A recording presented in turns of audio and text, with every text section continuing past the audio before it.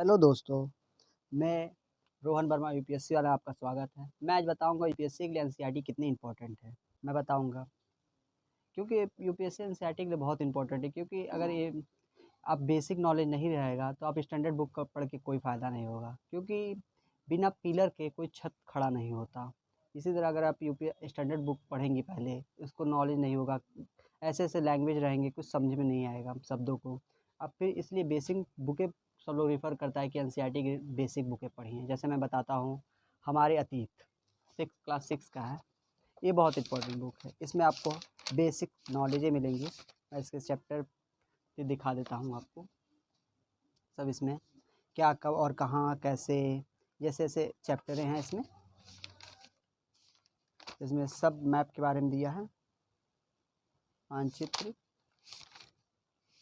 हमें एनसीईआरटी, ये मैं क्लास 6 की बता रहे हैं। ये भी क्लास 7 का हमारा अतीत 2, ये भी बहुत इंपॉर्टेंट बुक है। इसमें भी बताया गया है मेडाइवल, समझ लीजिए एक तरफ से प्राचीन इतिहास के बारे में इसमें ज़्यादा है। ये क्लास 7 की बुक है। मैं इस इम्पोर्टेंट बुक के बता दूँ, आप यही बुक खरीदिएगा। बहुत लोग होते हैं कुछ ज़्यादा बुक खरीद लेते हैं, उनको तो पता नहीं होता है। हर बुक खरीद के फिर उसके बाद दिक्कतें आती है कि ये मैं बुक खरीद लिया, वो बुक खरीद लिया। फिर क्लास 8 का हमारे अतीत 3, इस बुक को भी बहुत इम्पोर्टेंट है। बुकों को भी मैंने पढ़ चुका है, मैं आपको बताऊँगा। इसमें बहुत से है, अंडरलाइन भी किया है कौन कौन से क्या क्या इंपॉर्टेंट है इसमें। मैं फिर बताता हूँ 11th का। आप लोग सोच रहे होंगे फिर मैंने 9th को बताना चाहिए। मैं 9th का ही बताऊँगा, पर मैं सब आपको बताऊँगा। पर 9th के लिए वर्ल्ड हिस्ट्री है। वर्ल्ड हिस्ट्री आपको, फिर वर्ल्ड हिस्ट्री आपको जीएस मतलब 1 के लिए इम्पॉर्टेंट है, पर आपको मैं पहले हिस्ट्री के लिए बता दूँ, फिर वर्ल्ड हिस्ट्री के लिए बता देता हूँ। ये 11th की बुक है, इसमें लेखन कला वाला है। मैंने इन पे भी इम्पोर्टेंट लगा चुका हूँ, कौन कौन सा इम्पोर्टेंट शब्द है इसमें। ये क्लास 11th की हो गई। ये मैं भारतीय इतिहास, समझ लीजिए ये आर्ट एंड कल्चर के भी काम करते हैं। इसमें कुछ 11th के, जैसे भारतीय इतिहास के कुछ विषय, भाग 1। जैसे इस पे हड़प्पा के ईंटे की हड़प्पा की सभ्यता के बारे में बताया गया है। ये समझिए आर्ट एंड कल्चर। बस इसमें बहुत छोटे सिलेबस है, स्टैंडर्ड बुक में इससे ज़्यादा डीपली से दी। नितिन सिंघानिया ने आर्ट एंड कल्चर में बहुत बढ़िया से बताया गया, पर इसमें बेसिक चीज़ें हैं, लैंग्वेज को समझ में आए पहले से किया गया एनसीईआरटी। फिर मैं भारतीय इतिहास भाग 2 के बारे में बताता हूँ। भारतीय इतिहास भाग 2 कुछ विषय, इसमें भाग 2 है, इसमें भी बताया गया है मानचित्र के बारे में सब। इसीलिए सब लोग रिफ़र करता है पहले बेसिक एनसीईआरटी बुक को 2 से 3 बार पढ़ लिया जाए, फिर उसके बाद स्टैंडर्ड बुक को पढ़ें। फिर मैं बताता हूँ भारतीय इतिहास के कुछ विषय 3, इससे भी है। आपको इसमें भी अच्छे यही बुक आपको रिफ़र करना है। जैसे 11th की भारतीय इतिहास 3, भारतीय इतिहास विषय के 2 इतिहास के, फिर मैं 1, 3 बुक हो गए। फिर विश्व इतिहास के कुछ विषय 4 हो गए। फिर हमारे अतीत 8th के हैं। फिर उसके हमारे अतीत 2, फिर हमारे अतीत 3। मैं इतने बुक की बातें बता दिया। अब मैं बताता हूँ ज्योग्राफी के बारे में। ये मैं ज्योग्राफी के बारे में बताता हूँ। ज्योग्राफी में पढ़ना है आपको पृथ्वी हमारा आवास, क्लास 6 की है। इसमें बहुत अच्छे हैं, बेसिक से पूरे दिए गए हैं क्लास 6 के। मैंने भी इस पर भी अंडरलाइन कर दिया जो जो इम्पोर्टेंट है। इसको भी आपको पढ़ने बहुत इंपॉर्टेंट है। इसकी इस बुक, ऐसे ऐसे बुक को आपको खरीदना है। क्लास 6 का हो गया।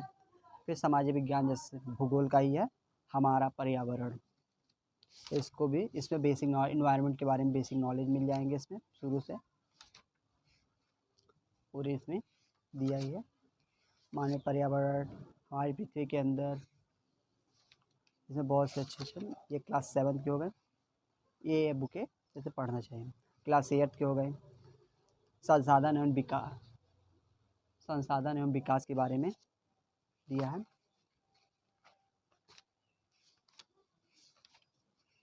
सब इस बुकों में बताया गया है। फिर हमारे 9th के समकालीन भारत वन भूगोल के विषय हैं ये। आप जितने ऊपर क्लासेस जाएंगे उतने सब शब्दों में अलग अलग कठिनाइयाँ मिलेंगी, शब्दों को डीपली से मिलना पड़ेगा। जैसे इसमें छोटे सिलेबस से छोटे छोटे प्रदीप पठार, भारतीय मरुस्थल, ऐसे ऐसे चैप्टरों को दिया गया है इसमें। मैंने तो बुकों को पढ़ चुका हूँ। फिर क्लास 10th में समकालीन भारत 2 क्लास 10th का है, जिसमें इसमें दिया है संसाधन विकास। आपको देख सकते हैं इसमें भी दिया है संसाधन विकास, पर इसमें ये है जैसे इसमें क्लास इसमें दिया है पर एर्थ में भी दिया है, पर ये है आपको एर्थ में कुछ कम मिलेंगे, पर आपको इसमें संसाधन दिया है, मानव संसाधन दिया है, पर आपको इसमें पूरे डीपली से मिलेंगे। इसमें संसाधन एवं विकास इसमें पूरे बताया है डीपली से, इसीलिए पहले रिफ़र करते हैं, पहले एनसीईआरटी को अच्छे से पढ़ डालिए, क्योंकि प्रीलिम्स के बहुत इंपॉर्टेंट होते हैं और मेंस में भी कुछ इंपॉर्टेंट हिस्सा हो रहता है इनका। ये भारत का भौतिकी पर्यावरण, ये बहुत से अच्छे किताबों में इसको आपको पढ़ना है। जैसे भारत की स्थिति, संरचना, भू आकृति विज्ञान, अपवाहक तंत्र, क्योंकि बहुत लोग पहले एनसीईआरटी रिफ़र करेंगे तभी आपको स्टैंडर्ड बुक अच्छे से समझ में आएगी, वरना हवाई हो जाएगी। फिर भौतिक भूगोल के मूल सिद्धांत, क्योंकि मूल सिद्धांत हैं भूगोल के, इसमें सब पढ़ना ज़रूरी है। भूगोल में भूगोल को समझ लीजिए, आप कुछ छोड़ नहीं सकते। फिर भारत का लोग और अर्थव्यवस्था, आपको इस बुक को भी खरीदनी चाहिए। एनसीईआरटी के जितने जो मैं बुक बता रहा हूँ वो बुक को आप खरीद लेनी है। जो नए एस्पिरेंट्स हैं, लोग यूपीएससी तैयारी करना चाहते हैं, शुरू में लोग तैयारी करते हैं, सोचते हैं मैं कौन सा बुक खरीदूँ, क्या पढ़ूँ क्या ना पढ़ूँ, मैं सब बताता हूँ। ये मानव भूगोल के मूल सिद्धांत हैं। ये बुक आपको मानव भूगोल के मूल सिद्धांत इंटर के 12th खरीद लेने हैं। फिर 12th के हैं भारत लोग और अर्थव्यवस्था। फिर 11 के हैं भौतिक भूगोल के मूल सिद्धांत, भारत के भौतिक पर्यावरण। फिर है समकालीन भारत 2 जो 10 क्लास 10 के हैं। फिर 9 के समकालीन भारत 1। फिर है संसाधन और विकास 8th के। फिर 7th के हमारे पर्यावरण, और फिर 6 के हैं हमारा आवास। ये मैंने बताया। अब मैं आपको पॉलिटी के बारे में बताता हूँ। ये सामाजिक विज्ञान, जिसे राजनीति विज्ञान भी कहते हैं। अब मैं बताता हूँ। पहला बुक है सामाजिक एवं राजनीतिक जीवन भाग 1, ये क्लास 6 के हैं। इसमें आपको बेसिक बताएंगे, आपको इंडेक्स दिखा देते हैं। विविधता को समझाया गया, विविधता के वेद को बताया गया है। सरकार क्या है, लोकतांत्रिक सरकार क्या है, मुख्य तत्व है, पंचायती राज क्या है, गांव का प्रशासन क्या है, नगर प्रशासन क्या है, ग्रामीण क्षेत्र आजीविका क्या है, शहरी क्षेत्र की आजीविका क्या है, ये सब बुकों को बताया गया है। फिर आपको 7th में आएंगे, 7th के बुकों के बारे में बताता हूँ। आपको ये सब बुकों को पढ़ना है, फिर उसके बाद आप स्टैंडर्ड बुक पढ़िए। समानता के बारे में बताया है, स्वास्थ्य एवं सरकार की भूमिका बताई है, राज शासन कैसे काम करता है, लड़के और लड़कियों के रूप में बड़ा होना, औरत में बदली दुनिया, संचार माध्यम का समझ, हमारे आसपास के बाजार में कमीज, समानता के लिए संघर्ष, ये 7th के बुक हो गए। फिर मैं आपको 8th के बुक के बारे में बताता हूँ। 8th के बुक हमारी राजनीतिक जीवन, सामाजिक एवं राजनीतिक जीवन 3। फिर 9th की हैं लोकतांत्रिक राजनीति। फिर लोकतांत्रिक राजनीति 2, ये तो समझ लीजिए बहुत अच्छी किताब है, इसको पढ़ना चाहिए, बहुत इम्पोर्टेंट काम करेगा। भारत का संविधान एवं सिद्धांत और व्यवहार, ये क्लास 11 की है, 11 की, जिसे हिंदी में कहते हैं। फिर राजनीतिक सिद्धांत, जिसे पॉलिटी थ्योरी भी इंग्लिश में कहते हैं, ये क्लास 11 की, ये बुक को भी खरीदना है आपको। और ये स्वतंत्रता में राजनीति, स्वतंत्रता राजनीति बहुत अच्छे बारे में बताया गया है। राष्ट्र के निर्माण की चुनौतियाँ, एक दल के प्रभुत्व दौर, नियोजित विकास की राजनीति, भारत के विदेश संबंध, ऐसे ऐसे चैप्टर यहाँ से बनाया गया है। मैं आपको ये पॉलिटी की बता दिया, जैसे आपको राजनीति विज्ञान कहते हैं, इसको भी आपको पढ़ना है। अब मैं आपको बताता हूँ इंडियन सोसाइटी के बारे में, जैसे भारतीय समाज, मैं उसकी किताबों के बारे में बता देता हूँ। ये समाज के परिचय 11, इंडियन सोसाइटी जैसे कहते हैं भारतीय समाज। इस बुकों के बहुत लोग स्टैंडर्ड बुक खरीदने चक्कर में, कृपया मैं बताऊँगा स्टैंडर्ड बुक ना पढ़ के आपको इस बुक को पढ़ लेंगे तो बहुत अच्छी रहेगी। स्टैंडर्ड बुक पढ़ने से अच्छा है अब, क्योंकि मेंस में 1 से 2 क्वेश्चन आएगा, प्रीलिम्स में आपके पास 6-7 क्वेश्चन आएगा, और डेली आप तो न्यूज़पेपर पढ़ते हो, उस पर भी सामाजिक के बारे में बताता है ये नया नया। आपको 11वीं की खरीदनी है, इसका नाम है समाज शास्त्र का परिचय। फिर 11वीं की है समाज का बोध। फिर 12वीं का है भारत में सामाजिक परिवर्तन एवं विकास। जैसे ये हमारा किताब फट गया था, सेकंड हैंड लिए थे, भारत में सामाजिक परिवर्तन एवं विकास, भारतीय समाज, ये 12वीं की है। इसमें बहुत अच्छे से समझाया गया हर किताबों में, क्योंकि आपको ये सब इम्पोर्टेंट किताबें पढ़नी है। अब मैं बताऊंगा इकोनॉमिक्स के बारे में, जिसे अर्थव्यवस्था भी कहते हैं, मैं उसकी किताबों के बारे में परिचय देता हूँ। ये है अर्थव्यवस्था, ये आपको 9th से आती है, और इसको 9th से ही पढ़ते हैं लोग, क्योंकि 8th में लोग इतने समझदार नहीं होते कि मतलब कि मैं इस इकोनॉमिक्स के बारे में पता हो। फिर लोग 8th के बाद 9th में जब जाते हैं तब उनको पता चलता है इकोनॉमिक्स भी कुछ सब होता है। इकोनॉमिक्स के बारे में बताया गया है।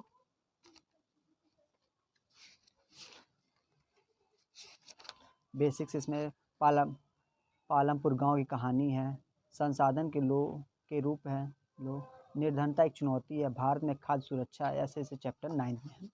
फिर आप 10th में पाएंगे आर्थिक विकास की समझ, हमें आर्थिक विकास की समझ के बारे में बताया गया है, इसमें है, इसका किताब का नाम है। अब इसके अंदर इंडेक्स देखेंगे कि विकास कैसे, मतलब पहला अध्याय विकास कैसे हुआ। फिर अध्याय भारतीय अर्थव्यवस्था के क्षेत्र, भारतीय अर्थव्यवस्था क्या क्या क्षेत्र हैं, मुद्रा की साख क्या है, वैश्वीकरण और भारतीय अर्थव्यवस्था क्या है, उपभोक्ता का अधिकार क्या है, मतलब उपभोक्ता को कौन कौन से अधिकार होते हैं। आपको ये सब किताबें पढ़नी है। फिर भारतीय अर्थव्यवस्था का विकास, भारतीय अर्थव्यवस्था का विकास के बारे में बताया गया है, इसमें ये सब चैप्टर हैं। आपको एक बताएगा, जैसे इकाई 1 होता है विकास नीति अनुभव, 1947 से 90 के बीच में। फिर स्वतंत्रता के पूर्व संध्या, भारतीय अर्थव्यवस्था, अध्याय 1 में लिखा है। फिर औपनिवेशिक शासन के अंतर्गत निम्न स्तरीय विकास। फिर सेकंड अध्याय में आएंगे कि भारतीय अर्थव्यवस्था क्या है, ये सब चीज़। और इसमें फिर उसके अध्याय में जाएंगे पंचवर्षीय योजनाओं के बारे में, कृषि उद्योग, व्यापारिक नीति, आयाम प्रतिष्ठापन के बारे में बताया गया है। ये हो गया आपको इकोनॉमिक्स, मतलब नहीं है, क्योंकि आप फिर 9th 10th 11th का पढ़ लेंगे तो 12th की कोई पढ़ने की ज़रूरत नहीं, क्योंकि आपको 12th के लिए फिर आपको स्टैंडर्ड बुक के लिए रेफ़र किया जाता है। रमेश सिंह की हो गई, राजीव वर्मा जी की भी होगी, इकोनॉमिक्स अच्छी है, उन लोग में होता है, उसमें और मेंस के लिए बेटर पढ़ेंगे। थोड़ा इसमें बेसिक के लिए बताया गया कि आगे की समझ हो जाए, आगे की स्टैंडर्ड बुक भी पढ़ सकें। अब मैं आपको बताता हूँ वर्ल्ड हिस्ट्री के बारे में। यह है वर्ल्ड हिस्ट्री, भारत और समकालीन विश्व, मतलब भारत और समकालीन विश्व के बारे में बताया गया है। इसके इंडेक्स को आपको बता देता हूँ क्या क्या है। जैसे फ्रांसीसी क्रांति, पहला चैप्टर। फिर दूसरा यूरोप में समाजवाद की रूसी क्रांति, नतासीवाद और हिटलर का उदय कैसे हुआ। फिर खंड 2 में है, खंड 2 में है जीविका अर्थव्यवस्था एवं समझ, वन समाज एवं उपनिवेशवाद, आधुनिक विकास में चरवाहे, किसान का काश्तकार, रोजाना की जिंदगी, संस्कृति, राजनीतिक, इतिहास के खेल और क्रिकेट की कहानियाँ, पहनावे और सामाजिक। इसमें जैसे इतिहास और खेल और क्रिकेट की कहानी, जैसे फारसी लोग पहले क्रिकेट की ओर ज़्यादा उत्साहित हुए थे भारत में, आपको ये सब पढ़ना है। इसमें बहुत से इंपॉर्टेंट मैंने लगाया है, बहुत इंपॉर्टेंट है। जैसे फ्रांसी लोग पहले ब्रेड व्रेड के बारे में ज़्यादा बताया गया है, लोग रोड क्रांति की शुरुआत कैसे हुई, क्रांति की शुरुआत, यही सब आपको ये 9th के हैं, ये 9th को ही पढ़ना है। फिर भारत और समकालीन विश्व इतिहास, इस 10th के हैं, इस 10th में विश्व 2 है, इसको भी आपको पढ़ना है। आप लोग अब इसके बाद आपको अगर ये पढ़ लेंगे तो स्टैंडर्ड बुक लेने की ज़रूरत नहीं है कि अब जैसे अर्जुन देव जी का आपको स्टैंडर्ड बुक, पहले वो एनसीईआरटी में आती थी, अब वो स्टैंडर्ड बुक में भी आने लगे हैं। पर आपको अर्जुन देव की कोई पढ़ने की 102 क्वेश्चन आते हैं, कोई मतलब नहीं है। आपको अगर इसमें पढ़ लेंगे इससे क्वेश्चन यूपीएससी के लिए बहुत बेटर, और न्यूज़पेपर से ही देखते ही कुछ बताता है वर्ल्ड के बारे में रिलेटिव। फिर मैं बताता हूँ 12th के बारे में, समकालीन विश्व राजनीति, समकालीन विश्व राजनीति के बारे में।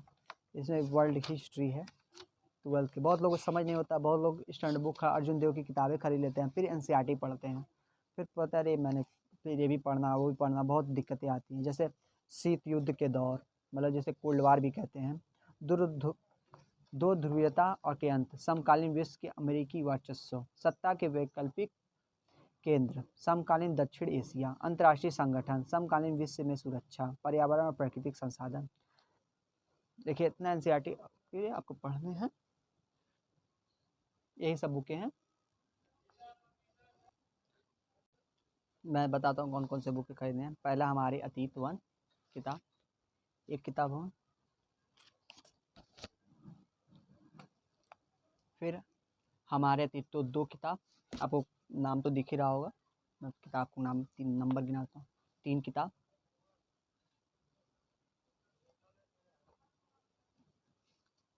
4 किताब, पूरा कितने एनसीईआरटी के कितने बुकें हैं, 5, 6, 7,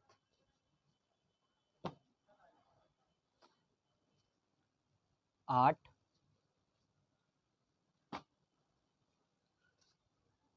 9,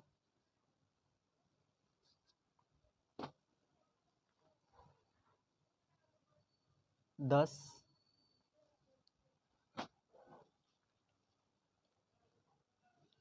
11, 12,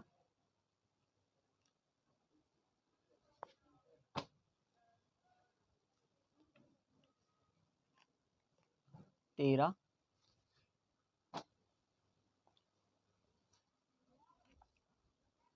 14,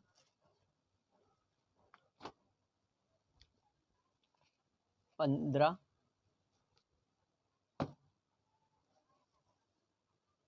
16,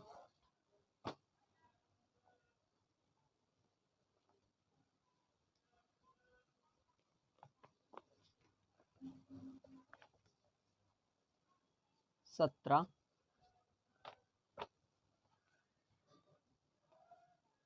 18,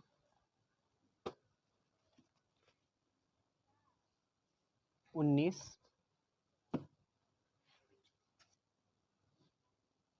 20,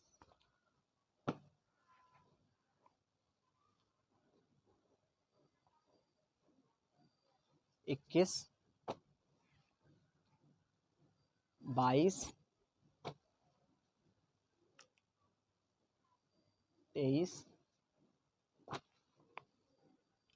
24,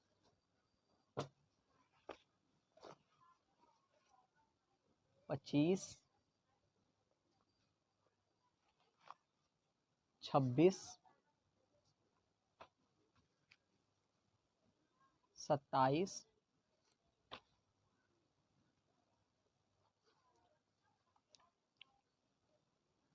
28,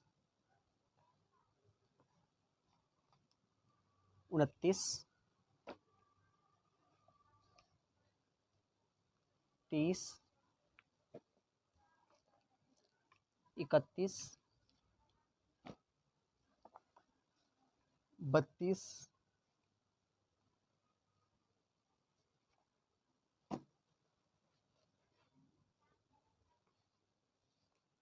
33, 34। आपको ये सब 34 बुकें खरीदनी है। आप लोग सोच रहे हैं एनसीईआरटी इम्पॉर्टेंट इसलिए कि मैं आपको एक क्वेश्चन पेपर दिखा देता हूँ। मुराद सर का बहुत अच्छा ये किताब है, इसमें आपको पूछा गया है 1995 से लेकर 2022 टॉपिक वाइज क्वेश्चन है 28 वर्षों का सिविल सर्विस के लिए IAS प्रारंभिक परीक्षा के लिए। मैं आपको इसको एक क्वेश्चन दिखा देता हूँ। आप सोचते होंगे NCERT का नहीं पूछता है, देखिए प्रीलिम्स में NCERT पूछा है। देखिए, हिंद भारत की जनता संदर्भ में हिंदू शब्द का प्रथम बार प्रयोग किया था। कौन किया था? अरबों ने किया था। आपको इस देखिए, आपको सैंपल पेपर में लास्ट दिखाता हूँ और चैप्टर वाइज वो भी बताया गया है। हिंदू शब्द का प्रथम प्रयोग अरबों ने किया था। अरबी लोग ने स का स्थान पर ह हिंद का प्रयोग करते थे और सिंधु लोग उन्होंने हिंदू कहा। अल-बरूनी ने किताबों अल हिंद में भारतीयों को हिंदू शब्द का प्रयोग किया। NCERT क्लास 12th 12वीं पर भारतीय इतिहास 2 भाग में विषय में प्रस्तुत अध्याय 5 में यात्रियों के नज़रिए में दिखाया गया बताया है। इस टॉपिक में, इस किताब में NCERT के बारे में क्वेश्चन पेपर जो है प्रीलिम्स का, इसमें बताया गया किस टॉपिक से। फिर NCERT हर चैप्टर का नाम भी बता दिया, किस चैप्टर से आया है, क्वेश्चन है कौन सा, सब इसे बताया गया। इस बुकों को खरीद के बहुत अच्छा, अगर बहुत लोग होते हैं पढ़ ले, 2 बार पढ़ने के बाद आपको इस पर सॉल्व करना बहुत इंपॉर्टेंट है। और ये सब बुकें आप जो बताऊँ 34 बुकें खरीद लीजिए, बहुत अच्छे रहेंगे। NCERT के जो नए एस्पिरेंट्स हैं, लोग जानते हैं कि अभी मैं क्या कौन सा बुक खरीदूँ, लोग बहुत डाउट रहता है, कन्फ्यूजन रहता है क्या खरीदूँ क्या ना खरीदूँ, इसी बारे में मैं आपको इसका सिलेबस भी दिखाता हूँ। बस शॉर्ट सिलेबस है UPSC का, syllabus for UPSC CSC GS mains. जैसे आर्ट एंड कल्चर, आपको NCERT में ही कुछ शब्द मिल जाएंगे, जो modern history, world history, Indian society, geography, मैंने फर्स्ट वीडियो में बताया भी हूँ इसके बारे में, फिर मैं बता देता हूँ। फिर GS2 में constitution, polity, governance, social justice, international relationship. फिर इंडियन इकोनॉमिक्स GS3 में, agriculture and food, environment and biodiversity, science and technology, disaster management, internal security. फिर ethics, integrity, aptitude, emotional intelligence, moral thickness, probity और governance case study, जिसमें पूरी बताई गई। GS1 में short syllabus है। अब फिर इसके अंदर जाएंगे, आर्ट एंड कल्चर के अंदर भी बहुत से मिलेंगे, सभ्यता, मोहनजोदाड़ो सभ्यता, मॉडर्न हिस्ट्री में, वर्ल्ड हिस्ट्री, इसमें सब आ जाते हैं। आपको ये बुक लेनी चाहिए। इसलिए आपको हर टॉपिक का अलग अलग बुक, जैसे आपको हिस्ट्री के अलग कर लीजिए, फिर पॉलिटी के लिए अलग NCERT कर लीजिए, ऐसे सिलेबस अलग अलग पढ़ने में समझ में आता है सिलेबस। फिर वो क्या कौन सा पढ़े क्या ना पढ़े, फिर लोग डाउट होते हैं कैसे कैसे क्या। मैं हर बुकों को अलग अलग डिवाइड कर लेता हूँ, मैं क्या पढ़ना है क्या नहीं पढ़ना है, तो इसको मैं डिवाइड करके ही पढ़ता हूँ, ऐसे रख देता हूँ। मैं उसको टॉपिक बाय टॉपिक जो हमें पढ़ना है उसको पढ़ता हूँ। बहुत लोग इसमें कहते हैं इंडियन, बहुत समाज के बारे में अलग मैंने कर लिया, जैसे इसको अलग कर लिया। हर बुकों को मैंने अलग अलग टॉपिक बाय टॉपिक करके किताब को बांट देता हूँ कैसे पढ़ना है। फिर वर्ल्ड हिस्ट्री के लिए अलग है, मैं इसमें वर्ल्ड हिस्ट्री को अलग करके पढ़ता हूँ। बस मैं यही बताना चाहा, और फिर मैं नेक्स्ट वीडियो में डालूंगा स्टैंडर्ड बुक के बारे में, बताऊंगा कौन कौन से स्टैंडर्ड बुक खरीदने हैं कौन से नहीं करने। बहुत लोग कोई दूसरा स्टैंडर्ड बुक खरीदता, कोई महेश बर्नवाल, सब अच्छे हैं, पर मैंने जो बुक को फॉलो किया मैं उसके बारे में आपको नेक्स्ट वीडियो में बताऊँगा। मैं धन्यवाद। आपको वीडियो पसंद आए तो लाइक सब्सक्राइब एंड शेयर, इस वीडियो को और फॉलो करें कि और लोगों को देखें और पता चले कैसे कैसे क्या तैयारी होती है UPSC के बारे में। अच्छा, धन्यवाद।